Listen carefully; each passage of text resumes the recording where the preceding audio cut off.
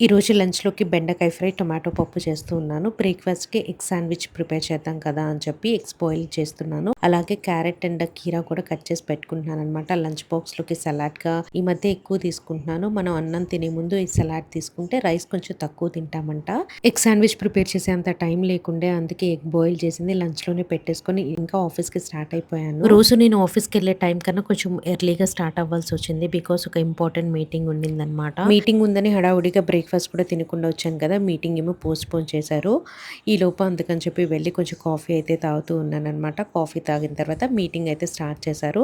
ఆ meeting attend అయిపోయి కొంతసేపు వర్క్ చేసుకున్నాను. అండ్ ఈ సమ్మర్స్‌లో అయితే ఖచ్చితంగా నేను కాటన్ వేరే వేసుకున్నాను. చాలా కంఫర్టబుల్‌గా ఉంది. ఇది 3 పీస్ సెట్ ఇది కూడా అరౌండ్ 900 ఆర్ 1000 సంథింగ్. నాకు ప్రైస్ గుర్తులేదు కానీ రీజనబుల్ ప్రైసే వచ్చింది. మంచి సాఫ్ట్ కాటన్ డైలీ వేర్‌కి చాలా బావుంటుంది. అండ్ లంచ్‌కి వచ్చేసాననమాట. అందరం కలిసి చక్కగా షేర్ చేసుకొని తిన్నాము.